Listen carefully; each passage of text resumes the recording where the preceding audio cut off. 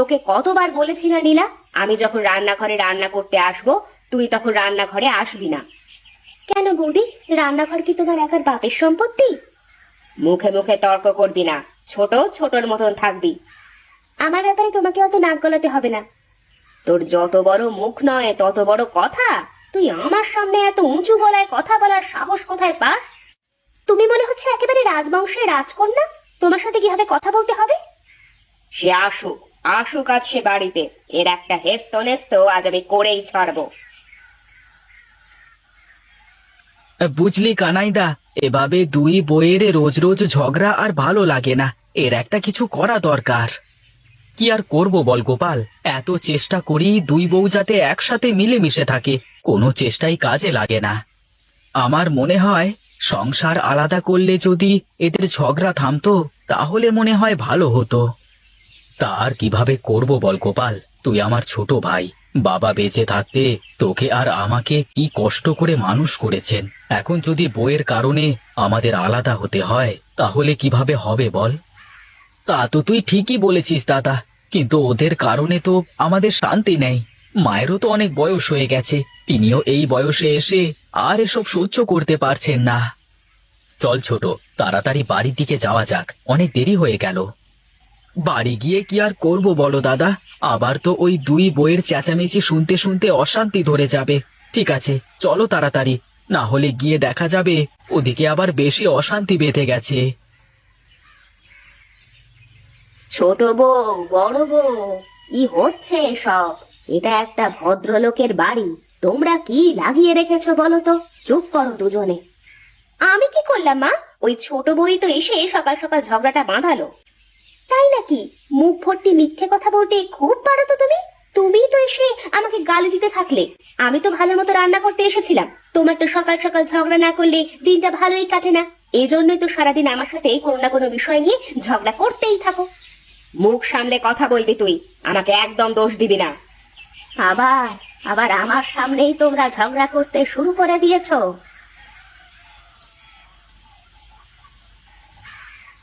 কি হয়েছে মা, এত চেঁচামেচি কিসের?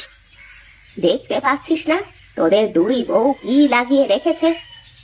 এদেরকে নিয়ে আর পারা যায় না। যতদিন থেকে এই দুই বউ আমাদের বাড়িতে এসেছে ততদিন আমাদের জীবনে আর শান্তি নেই।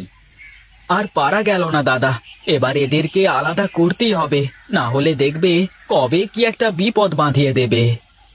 ঠিকই বলেছিস গোপাল, এদেরকে আজ থেকেই আলাদা রান্নাঘরে রান্না করাতে হবে, নইলে এদের অশান্তি কখনো থামবে না। কেন রে বাবা, তোরা আলাদা খাবি কেন? দেখছো না মা, তোমার দুই বইয়ের কীর্তি, এরা যখন আলাদা খাবে তখন আলাদাই খাক, সেটাই ভালো হবে। তোরা যা ভালো বুঝিস তাই কর। আলাদা বললেই তো আর হয় না, আলাদা করতে হলেও তো ঝামেলা শেষ হচ্ছে না। কেন, কি হয়েছে আবার? তোমাদেরকে আলাদা করে দিলাম, তারপরও তোমাদের ঝামেলা মিটছে না? তা কিভাবে মেটে? তোমার মা রয়েছে না, সে কোন দিকে খাবে তার কোনো ব্যবস্থা করলে না তো, তার ঝামেলাটা কিভাবে মিটবে শুনি? না বাবা না, আমি কিন্তু একা কোনো দায়িত্ব নিতে পারবো না, এই আমি আগেই বলে রাখলাম। আমি তোমাদের দেখে অবাক হয়ে যাই, আমার একটাই মাত্র মা, তাও তোমাদের এত সমস্যা।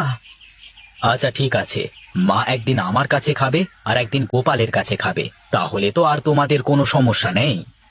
হ্যাঁ ঠিক আছে ঠিক আছে, এত জ্বালা আর পারা যায় না, আমার অনেক কাজ আছে, আমি গেলাম। হ্যাঁ যাই যাই, আমার ঘরেও অনেক কাজ পড়ে আছে, এসব আর ভালো লাগে না।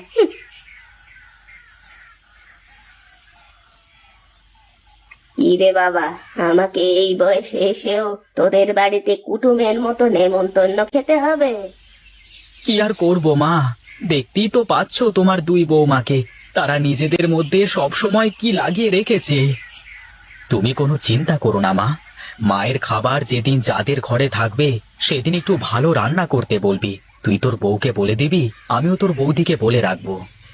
ঠিক আছে দাদা, আমি তাহলে বাজারে যাই, আজকে তাহলে আমাদের এখানেই খাবে মা। ঠিক আছে, যা তাহলে।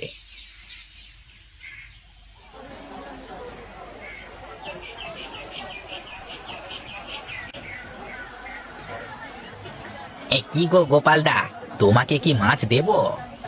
তোমার দোকানে যত মাছ আছে তার মধ্যে যেই মাছটা সব থেকে বড় সেই মাছটা আমাকে দাও। কি গো গোপালদা, তোমার বাড়িতে কি নতুন কুটুম এসেছে নাকি? আরে না দাদা, আজ আমার মা আমার বাড়িতে খাবে, তাই আর কি। আচ্ছা আচ্ছা, ঠিক আছে ঠিক আছে, এই নাও তোমার মাছ।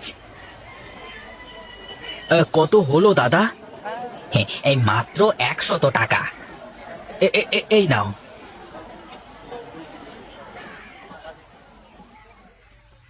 কোথায় গেলে গিন্নি? এদিকে এসো, বাজারটা নিয়ে যাও। হ্যাঁ, আসছি আসছি, অত দেখাদেখি কি আছে? ওরে বাবা, এ কত বড় মাছ! কি গো, আজ এত বড় মাছ কিনলে যে? আজকে মা আমাদের এখানেই খাবেন, তাই বাজারের সব থেকে বড় মাছটি আমি কিনে আনলাম। ঢং দেখে আর বাঁচি না। আমার মা আসলে তো পুঁটি মাছ ছাড়া কিনো না, আর আজ কিনা ওনার মা খাবে বলে বাজারের বড় মাছটা এনেছো। অত কথা বলো না তো গিন্নি, ভালোভাবে মাছটা কোটো, সন্ধ্যার আগে রান্না শেষ করবে। হ্যাঁ, করছি করছি, আর বলতে হবে না। ওনার মা ভাত খাবে, আর যত জ্বালা আমার, আর বাঁচা যায় না।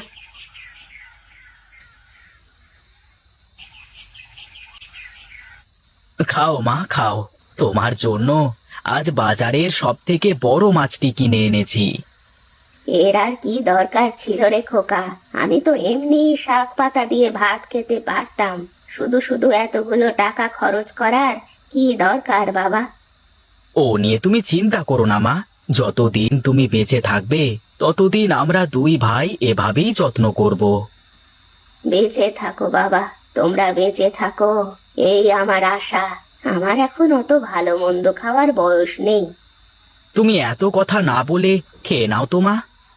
আমার খাওয়া শেষ বাবা, আমি এখন উঠি, খুব ঘুম পাচ্ছে, গিয়ে ঘুমাই গিয়ে। আচ্ছা ঠিক আছে মা, যাও তাহলে।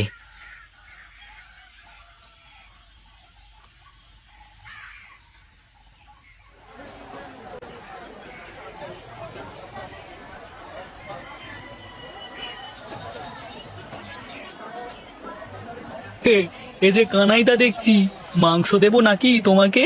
আমার কাছে একদম টাটকা মাংস আছে, কিছুক্ষণ আগেই একটা পাঁঠা চবাই দিলাম। আরে সেই জন্যই তো আসলাম তোমার দোকানে, আমাকে ভালো দেখে 2 কেজি মাংস দাও তো। ঠিক আছে কানাইদা, দিচ্ছি। এই নাও তোমার 2 কেজি মাংস। তা কত হলো দাদা? তা মাত্র 200 টাকা। আচ্ছা ঠিক আছে, এই নাও।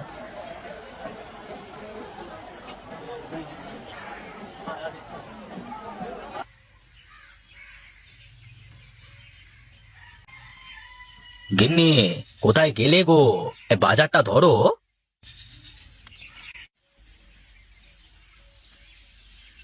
সকাল সকাল আবার এত বাজার কিসের? কোনো কুটুম আসবে নাকি? কুটুম কেন আসতে যাবে? মায়েরা আজ আমাদের এখানে খাওয়া, তোমার খেয়াল নেই? অত আমার খোঁজ রেখে লাভ নেই, কি করতে হবে তাই বলো। এই নাও, এই ব্যাগে 2 কেজি মাংস আছে, ভালোভাবে কষিয়ে রান্না করো তো। আমার মা ছাগলের মাংস খুব পছন্দ করেন, তাই তো আনলাম। তোমাদের দুই ভাইয়ের ঢং দেখে আর বাঁচি না। মনে হচ্ছে কোনো এক রাজরানী বাড়িতে এসেছে, তাকে প্রতিদিন এভাবে নেমন্তন্ন করে খাওয়ানোর কি আছে এটা শুনি। ও তুমি বুঝবে না, যাও যাও, তাড়াতাড়ি গিয়ে রান্নাটা সেরে ফেলো দেখি। হ্যাঁ হ্যাঁ, যাচ্ছি। তোমার সাথে মুখ নেড়ে আমার আর কোনো লাভ নেই। তোমরা যত চেষ্টাই করো দুই বউ, আমার মাকে কখনোই তোমরা কষ্টে রাখতে পারবে না। আমরা দুই ভাই যতদিন বেঁচে আছি। খেয়ে নাও মা, তোমার জন্য বাজার থেকে টাটকা ছাগলের মাংস এনেছি, তুমি পছন্দ করো তো, তাই আনলাম। কি দরকার রে কানাই? শুধু শুধু আমার জন্য তোরা এতগুলো টাকা নষ্ট করছিস। টাকাগুলো অন্য কাজে ব্যবহার তো করতে পারতিস। কি যে বলো মা, তোমার পেছনে ছাড়া আর কার পেছনে টাকা খরচ করব বলো তো? কথা না বাড়িয়ে খেয়ে নাও তো মা। ঠিক আছে বাবা, খেয়ে নিচ্ছি। তুইও খেয়ে নে বাবা। আমি খেয়ে নেব মা, তোমার অত চিন্তা করা লাগবে না, তুমি তৃপ্তি করে খাও। হে প্রভু, আপনি আমার ছেলেদের ওপর রহম করুন। তারা যেন শান্তিতে বসবাস করতে পারে, আর তাদের বউদের মধ্যে অহংকার দূর করে শান্তি বজায় রাখার তৌফিক দিন। মা, আমি সেই কখন তোমার জামাইকে পাঠিয়েছি বাজারে বাজার করতে, এখনো ফেরার কোনো নামগন্ধ নেই। কি যে করছে কে জানে। এদিকে আমার ভাত হয়ে আসলো, আর ওদিকে তার মাছ মাংস আনার কোনো খবরই নেই। কি গো, মাছ মিষ্টি মাংস সবকিছু এনেছো তো ঠিকঠাক করে? এ কেন কেন কেন, এত কিছু দিয়ে কি হবে শুনি? এত মাছ মাংস মিষ্টি কে খাবে?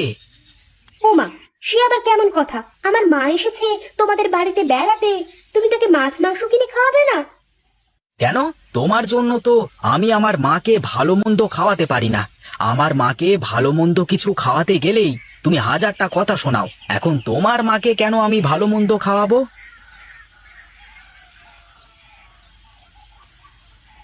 দেখেছো মা, তোমার জামাই কেমন করে? কেন, জামাই বাবাজি তো ঠিকই কথা বলেছেন। আমি তো তোকে এমন শিক্ষা দিয়েছি, তোকে বলেছিলাম না শাশুড়ি মায়েরা মেয়েদের আসল মা, আর তুই কিনা সেই শাশুড়ির সাথে খারাপ ব্যবহার করিস। আসলেই মা, আমার অনেক বড় ভুল হয়ে গেছে, আমাকে তুমি মাফ করে দাও। আমি তোকে মাফ কিভাবে করবো রে? যদি তোর সত্যিই মাফ চাওয়ার ইচ্ছে থাকে তাহলে গিয়ে তোর শাশুড়ি মায়ের কাছে মাফ চা। হ্যাঁ মা, আমি গিয়ে আমার শাশুড়ি মায়ের কাছে মাফ চাইবো। মা, আমার বড় ভুল হয়ে গেছে। এতদিন ধরে আমি আপনার সাথে অনেক খারাপ ব্যবহার করে এসেছি, আমাকে আপনি মাফ করে দেন মা। হ্যাঁ মা, আমরা এখন থেকে মিলেমিশে থাকবো, আর কোনো ঝগড়াঝাটি করবো না। আর এখন থেকে আমরা একসাথে থাকবো। আমাদের আপনি মাফ করে দিন মা, আমরা আমাদের ভুল বুঝতে পেরেছি। আপনারাও আমাদের মাফ করে দেবেন। আসলে আপনাদের এই বাড়িতে আসবার কথা শুনে আমরা দুই ভাই মিলে যুক্তি করে আপনাদের সাথে খারাপ ব্যবহার করেছি, যাতে আমাদের বউয়েদের উচিত শিক্ষা হয়। বেশ করেছো বাবা, আমরা কিছুই মনে করিনি। আর তোমাদের এই কাজের জন্য আমাদের মেয়েরা তাদের নিজের নিজের ভুল বুঝতে পেরেছে। সত্যি তোমাদের মাথায় অনেক বুদ্ধি আছে বটে।